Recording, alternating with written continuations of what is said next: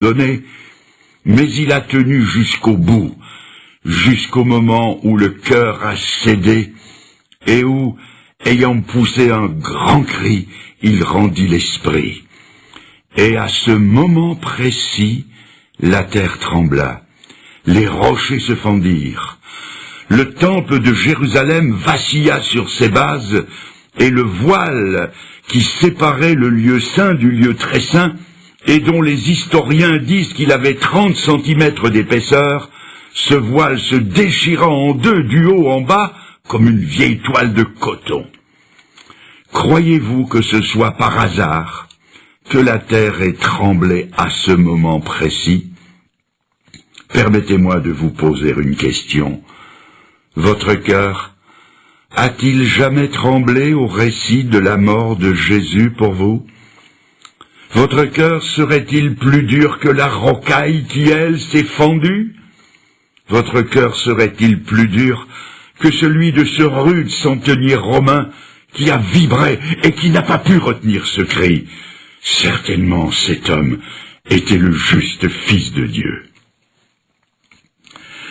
Je vous lis à présent, et je tourne la page de la Bible du chapitre 27, je passe au chapitre 28 de l'évangile de Matthieu, je lis « Après le sabbat, à l'aube du premier jour de la semaine, Marie de Magdala et l'autre Marie allèrent voir le sépulcre. Et voici, il y eut un grand tremblement de terre, car un ange du Seigneur descendit du ciel, vint rouler de la pierre, s'assit dessus et dit aux femmes, « Pour vous ne craignez rien, je sais que vous cherchez Jésus qui a été crucifié, il n'est point ici, il est ressuscité. » Nous sommes ici au premier jour de la semaine. C'est le 3e jour qui suit le sinistre vendredi de la crucifixion et de la mise au tombeau. Le corps sans vie du Seigneur a été descendu de la croix et déposé dans le tombeau d'un certain Joseph d'Arimathée.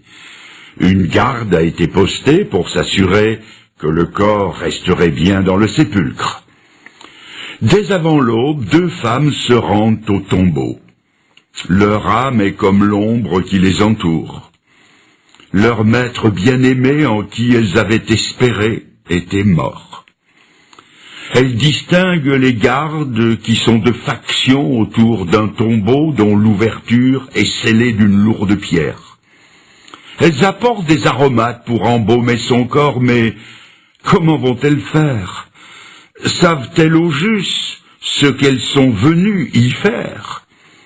Tout à coup, à 3 jours d'intervalle, la terre se met à trembler au point que les sentinelles prises de panique tremblent de peur.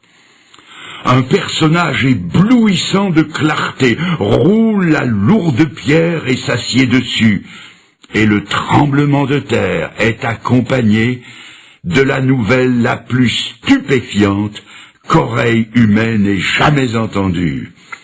Il n'est pas ici, il est ressuscité.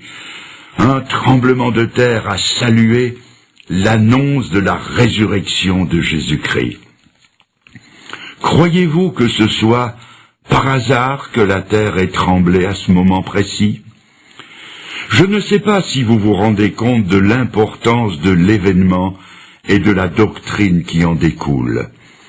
L'apôtre Paul, conduit par le Saint-Esprit, exprime 2 pensées à ce sujet. Voici la première. Si Jésus n'est pas ressuscité, la prédication de l'Évangile est vaine. La foi aussi est vaine. Ceux qui croient sont encore dans leurs péchés, ceux qui sont morts sont perdus, et ceux qui espèrent en Christ sont les plus malheureux de tous les hommes. Vous trouvez ça dans 1 Corinthiens 15. Et la deuxième pensée, ayant dit cela, Paul, preuve à l'appui, affirme avec force, mais maintenant, Christ est ressuscité. Et parce qu'il est ressuscité, nous aussi nous ressusciterons. Nous serons tous changés en un instant, en un clin d'œil, à la dernière trompette. La trompette sonnera et les morts ressusciteront incorruptibles. Le développé de tout ceci est à lire tout entier dans 1 Corinthiens 15. La preuve que Jésus n'est pas mort comme les autres hommes, c'est que, comme les autres hommes, il n'est pas resté dans la mort. La résurrection de Jésus est la preuve que nous avons une espérance aussi vivante que lui est vivant. Je continue, et je rappelle, un tremblement de terre a salué la mort de Jésus-Christ. Un autre tremblement a salué l'annonce de sa résurrection, et maintenant, une série de tremblements de terre annonce son prochain retour. Avant de quitter les siens, le Seigneur ne les a pas laissés sans consolation. C'est en ces termes qu'il leur a dit qu'il reviendrait. Que votre cœur ne se trouble pas. Vous croyez en Dieu, croyez aussi en moi. Il y a plusieurs demeures dans la maison de mon Père. Je vais vous y préparer une place, et quand je vous aurai préparé une place, je reviendrai, et je vous prendrai avec moi, afin que là où je suis, vous y soyez aussi. On trouve ça dans Jean 14. Il ne leur a pas révélé la date de son retour, et il leur a même interdit de chercher à le savoir. Mais il leur a donné des signes avant-coureurs de son retour. Parmi ces signes, nous relèverons, sans nous y arrêter, la rentrée du peuple juif dans son pays d'origine, la Palestine, sujet que j'ai traité en détail dans une autre occasion. Il y aura aussi l'apparition de phénomènes inexplicables comme des signes dans le ciel, dirons-nous des ovnis, objets volants non identifiés.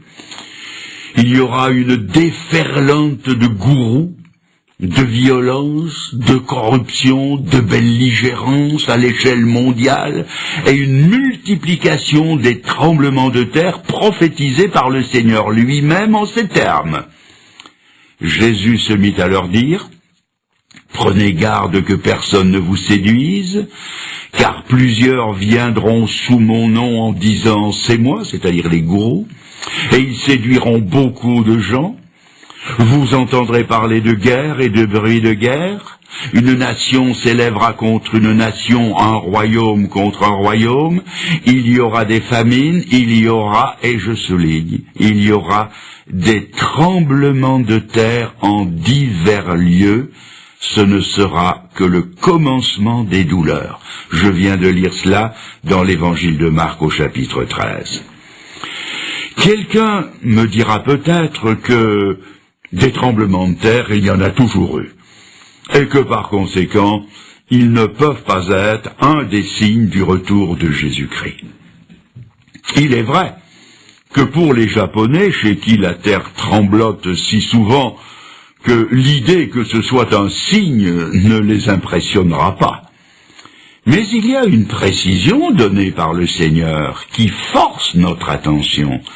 Il a parlé de secousses telluriques, non seulement sur une ligne de faille où l'écorce terrestre présente des faiblesses, mais il a précisé que cela se produirait en divers lieux.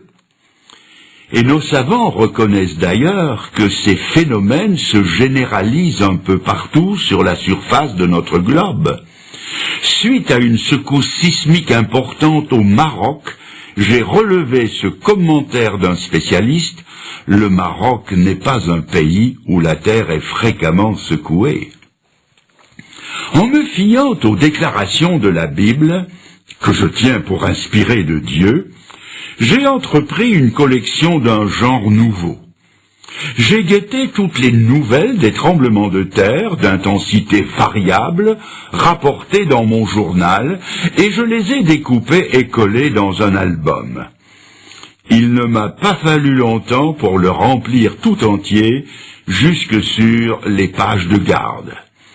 Pour mieux vous faire saisir la réalité de ce « en divers lieux », j'ai mis ces lieux des pays, villes importantes ou régions, je les ai mises par ordre alphabétique, et je vous en livre le résultat actuel.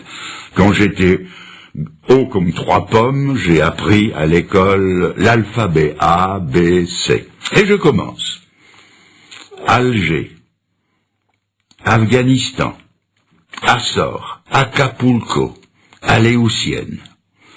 Et puis, Barcelone, Brest, Bad Hersfeld, Bologne, Bogota, Caen, Catanzaro, Cherbourg, Derby, El Asnam, Ebingen, Fairbanks, Fribourg, Florence, le Frioul, Graz, Guatemala, Hawaï, Hualien, Istanbul, Izmir, Java, Juneau, Kurdistan, Kermadec, Klagenfurt, Kobe, Londres, Le Caire, La Louvière, Lisbonne, Mexico, Marseille, Manille, Morlaix, Milan, Nantes, Nice, Nouvelles-Hébrides, Oslo, Okinawa, Pérou, Pasadena, Quito, Raguse, Rome, Santiago, San Francisco, Stuttgart, San Salvador, Téhéran, Tokyo, Tunis, Turin, Vienne, Vulcano, Württemberg, Yellowstone, Zélande et Zurich. La Bible va plus loin quand elle nous en parle d'ébranlement. Elle dit que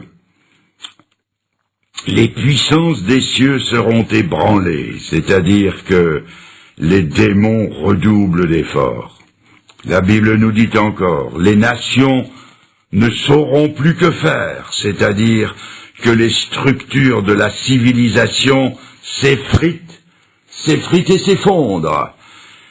Elle va plus loin encore et elle dit, il y aura des tremblements de terre en divers lieux, c'est-à-dire que les éléments de la nature se détraquent. Autrement dit, chacun à sa façon se prépare pour le retour de Jésus-Christ. À mon tour de vous demander si vous êtes prêts pour ce grand événement. Quatrièmement, jamais on n'a entendu dire que les hommes aient souhaité des cataclysmes de ce genre. Demandez à ceux qui ont vécu les tragédies du Frioul en Italie, du Kobe au Japon ou d'Izmir en Turquie, tous vous diront qu'ils ont peur des fléaux de la nature. Et pourtant les jours viennent où des hommes qui ont désappris à lever les yeux vers le ciel, qui ont désappris à prier, vont prier le ciel de leur envoyer des tremblements de terre. Voici ce qu'on lit en Apocalypse 6, verset 12. Quand il ouvrit le 6e sceau, il y eut un grand tremblement de terre. Le soleil devint noir comme un sac de crin. Les rois de la terre, les grands, les chefs militaires, les riches, les puissants, tous les esclaves et les hommes libres se cachèrent dans les cavernes et dans les rochers des montagnes. Et ils disaient aux montagnes et aux rochers, « Tombez sur nous et cachez-nous devant la face de celui qui est assis sur le trône et devant la colère de l'agneau, car le grand jour de sa colère est venu et qui peut subsister ?» Du haut en bas de l'échelle sociale, les hommes tremblent et désirent un cataclysme qui leur offrira un refuge devant celui qui vient. Quels sont ceux qui tremblent et qui prient? Ce sont ceux qui n'ont pas tremblé à la pensée de leurs péchés et qui n'ont pas prié pour en avoir le pardon. Ce sont ceux qui ont tourné le dos à la grâce de Dieu et qui ont dit non à Jésus-Christ quand il était l'agneau de Dieu qui ôte le péché du monde. En ce jour, par un de ces paradoxes dont se sert l'Écriture, c'est encore l'agneau de Dieu, mais il est animé de sa colère. Et dans leur épouvante, ils invoquent un Dieu qu'ils ont méconnu pour que la terre tremble, pour que des cavernes s'ouvrent au flanc des montagnes et pour que des rochers tombent et en obturent l'entrée. L'heure J du jugement a sonné et la terreur est telle que pour la première fois dans l'histoire du monde, les hommes désirent ce qu'ils ont toujours craint, il y a quelques années au Chili, lors de violentes secousses sismiques,